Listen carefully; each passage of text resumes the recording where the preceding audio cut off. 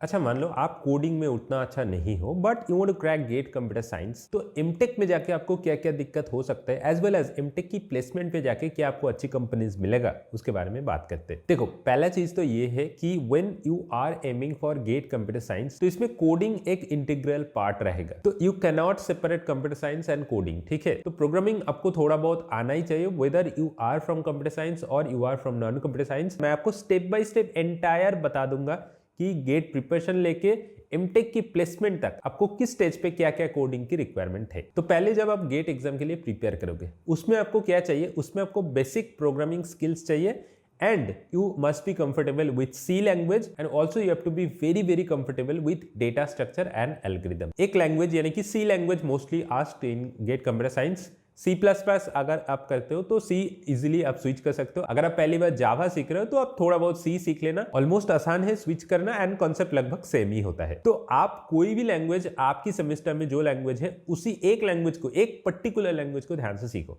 If it is Java then learn Java. If it is C++ or if it is C, just learn a single language first. And अगर आप एक language सीख भी जाओगे ना तो आपकी गेट कंप्यूटर साइंस में हेल्प होगा, बाकी एमटेक में जाके आपको बहुत सारे लैंग्वेज अगर सीखना भी होता है तो आपको इसी एक लैंग्वेज हेल्प करेगा। कैसे करेगा हम डिस्कस करेंगे बाद में। फॉर एग्जाम्पल, आपको अगर कोडिंग बिल्कुल अच्छा नहीं लगता है तो आपको मैं सजेस्ट ये करता हूँ कि आपको data structure and algorithm related LeetCode, GeeksforGeeks से कोई प्रॉब्लम करने की अभी तक जरूरत नहीं है for specially GATE computer science. But you have to make sure कि हर एक चीज का, हर एक थ्योरी का प्रैक्टिकल इंप्लीमेंटेशन आपको आना चाहिए। फॉर एग्जांपल, आपने सीखा बाइनरी सर्च, ठीक है, बट बाइनरी सर्च अपनी थियोरेटिकल सीख लिया, कैसे काम करते हैं सीख लिया, कितना टाइम कॉम्प्लेक्सिटी है, सारी चीज सीख लिया, लेकिन कोड में आपको एक बाइनरी सर्च प्रोग्राम लिखना होगा एंड उसको चला के देखना होगा कि असली में प्रोग्राम कैसे काम करते हैं। तो ये सारे कॉन्सेप्ट जैसे बाइनरी ट्री होता है, लिंक लिस्ट होता है, ग्राफ होगा, डायनेमिक प्रोग्रामिंग, ये सारी चीज कॉन्सेप्ट सीखने के साथ साथ सिर्फ इसका इंप्लीमेंटेशन आपको करना चाहिए एंड आपको आना चाहिए। And this is the basic requirement. And these three subject, programming, data structure and algorithm, these three subject are the most scoring subject in the GATE computer science.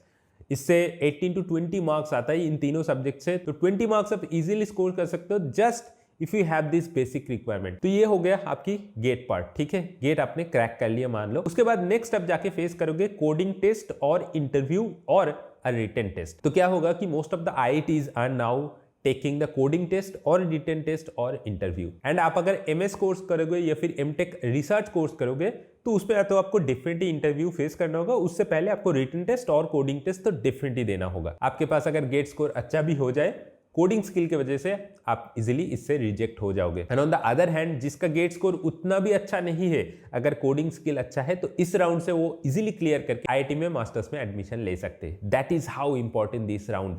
इसमें क्या पूछा जाएगा, आपको लीड कोड जीएफजी में master होने की जरूरत नहीं है, आपको कोड फोर्सेस और कोड शेप में भी कंपिटिटिव प्रोग्रामिंग करना नहीं चाहिए, सिर्फ आपको बेसिक प्रोग्रामिंग आना चाहिए। एंड जो बेसिक लेवल की प्रॉब्लम होता है, आप लीड कोड इजी मान लो, ठीक है, लीड कोड की जो इजी प्रॉब्लम होगा वही आपको यहाँ पे पूछा जाएगा। हाँ, एक दो क्वेश्चन मीडियम हो सकते हैं but most of the cases आपको लीड कोड इजी प्रॉब्लम दिया जाएगा। नेक्स्ट क्या होगा, आपने ऑलरेडी 2 स्टेज कंप्लीट कर लिया, now you are in the MTech semester, ठीक है। तो इसमें 2 टाइप की कोडिंग रिक्वायरमेंट है, एक है आपकी MTech course oriented coding, second is MTech placement oriented coding. तो पहले हम बात करते हैं एमटेक की कोर्स ओरिएंटेड कोडिंग। इस स्टेज पे एमटेक कंप्यूटर साइंस में जिस लेवल की कोडिंग किया जाता है उसमें अगर आपकी कोडिंग वीक है तो will be facing a very difficult situation. And most importantly यहाँ पे आपको कोडिंग सीखने के लिए कोई टाइम नहीं दिया जाएगा। अच्छा, आपको मैं हम लोगों की एग्जांपल देता हूँ। हमने जब पहली बार एमटेक में गया था तो एक कोर्स था मशीन लर्निंग एंड उसका बेसिक रिक्वायरमेंट था you should be very much comfortable with the Python language. And मेरे को पाइथन आता था, लेकिन मशीन लर्निंग वाला जो पाइथन है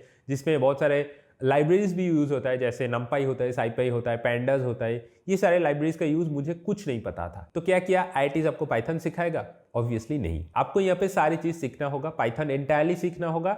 आपको अगर नहीं आता है तो एंड पाइथन की जो मोस्ट ऑफ द लाइब्रेरीज है जो मशीन लर्निंग की काम के लिए यूज होगा, वो सारी चीज सीखना होगा। And that is how we learn Python, we learn all the data science and AI related libraries and that's how we completed that course. तो क्या सेमेस्टर में आपको एक लैंग्वेज सीखना होगा? नहीं।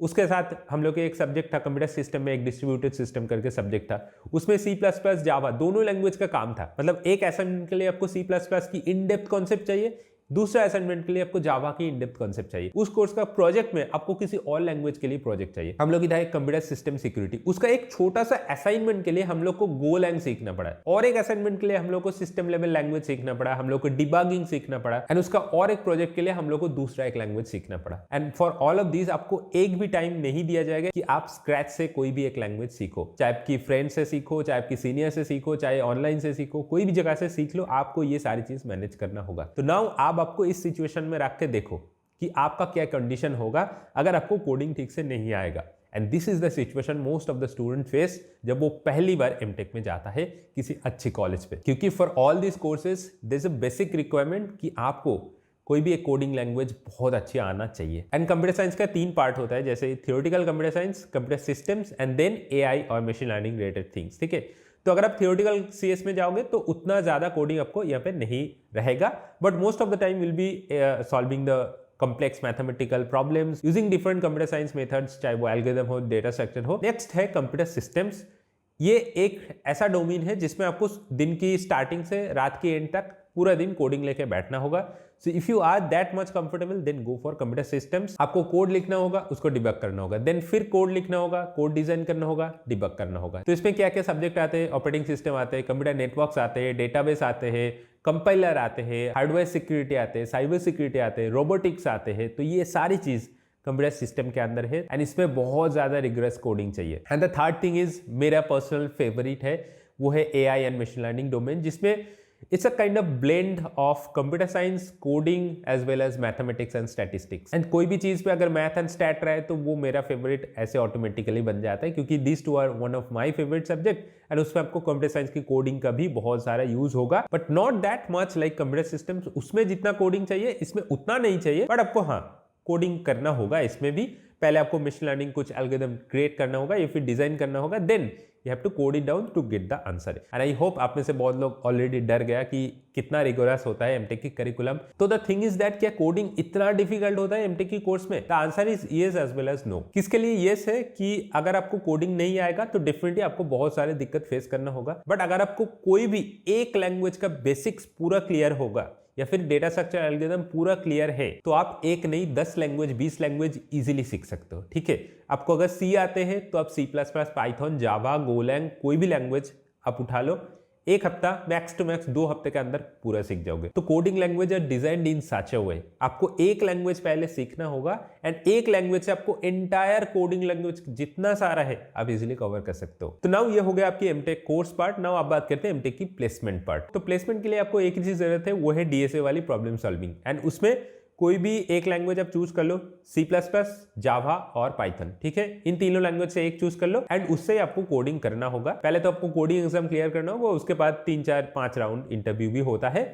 तो most of the time will be given DSA वाली प्रॉब्लम, जो यूजुअली हम लीड कोड प्रॉब्लम कहते हैं, जो हम गीक्स फॉर गीक्स में अवेलेबल है, जो इंटरव्यू बीट पे अवेलेबल है। ये सारे प्रॉब्लम्स आपको पूछा जाएगा एंड आप अगर कोडिंग में वीक हो तो इसमें आप पहले से स्टार्ट करो। ठीक है, MTech placement is very important. MTech placement is related to MTech course. क्यों? क्योंकि एमटेक कोर्स अगर आप ठीक से नहीं करोगे, आपका सीजीपीए अगर नहीं आएगा तो भाई प्लेसमेंट के सपना छोड़ दो। आईआईटी में ये बहुत मैटर करते हैं कि आपका अगर सीजीपीए एक कट ऑफ सीजीपीए के ऊपर नहीं है तो you will not be shortlisted, या फिर अगर कम भी है आप शॉर्टलिस्ट हो जाओगे, आपको इंटरव्यू में कॉल भी नहीं आएगा। आप सोचोगे क्यों नहीं आ रहा है, एंड उसमें बीटेक एमटेक दोनों का एक साथ प्लेसमेंट होगा, तो आप सोच लो कंपटीशन कितना ज्यादा होगा। फॉर एग्जाम्पल अगर मैं मेरा केस की बात करूं, मैं एंटायरली फोकस किया एमटेक कोर्स में। मैंने प्लेसमेंट का सिर्फ आई थिंक 2.5-3 महीने पहले प्लेसमेंट का प्रिपरेशन स्टार्ट किया, because I already had coding experience. I already solve lots of problems from Geeks for Geeks, LeetCode before starting my MTech. तो मेरा बैचलर्स पे ये सारे एक्सपीरियंस था, तो इसीलिए मेरे पास 2.5-3 महीने में ये कंप्लीट हो गया। बट डोंट एक्सपेक्ट कि एक बिगिनर 1-2.5-3 महीने में कंप्लीट कर सकते हैं इंटायर कोडिंग। आप आजकल बहुत सारे क्रिएटर्स के भी देखोगे 30 days road map, 60 days road map, 90 days road map to clear any FAANG companies. यार ये एप्लीकेबल होगा तब भी जब आपके पास कोडिंग एक्सपीरियंस है। अगर आप एब्सोल्यूट बिगिनर हो तो आपको एटलीस्ट 6 से 8 महीने तो डेफिनेटली लगेगा। So keep that in mind and accordingly start your coding preparation. आप अगर एमटेक में जाओगे तो फर्स्ट ईयर से थोड़ा थोड़ा करके स्टार्ट करो। अगर वीकेंड होगा, अगर आपको पास बहुत सारा टाइम मिल जाए तो आप थोड़ा थोड़ा करके कोडिंग प्रिपरेशन स्टार्ट करो फॉर एमटेक प्लेसमेंट, क्योंकि प्लेसमेंट पे अच्छी कंपनीज लेना बहुत ही इंपॉर्टेंट है। तो बस इसके बाद भी अगर आपकी कोई क्वेश्चन है तो नीचे टाइप कर लेना and thanks for watching this video.